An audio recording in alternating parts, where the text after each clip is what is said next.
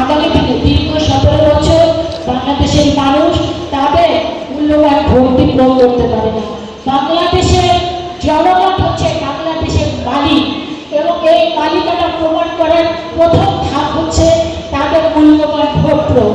সেই জায়গায় কিন্তু দীর্ঘ 17 বছর বাংলাদেশের মানুষ বঞ্চিত ছিল। ইনশাআল্লাহ আগামী বিশেষ করে ফেব্রুয়ারিতে 2026 সালের ফেব্রুয়ারিতে যে নির্বাচনটি হবে সেই নির্বাচনে আসুন আমরা সকলে সৎ, যোগ্য, দক্ষ এবং বাংলাদেশের মানুষের জন্য কল্যাণকর যে সমস্ত নেতা আছে তাদেরকে আগামী দিনে আপনাদের মূল্যবান ভোটের দ্বারা জাতীয় সংসদে আমরা পাঠিয়ে সেই ব্যাপারে আমরা সকলে মিলে কাজ করি। আমাদের অ্যাক্টিভ চেয়ারম্যান জনাব তারেক রহমানের বাংলাদেশে কোনো বাড়ি নাই। তো এই সততার রাজনীতি আমাদেরকে আকৃষ্ট করেছে, আমাকে আকৃষ্ট করেছে।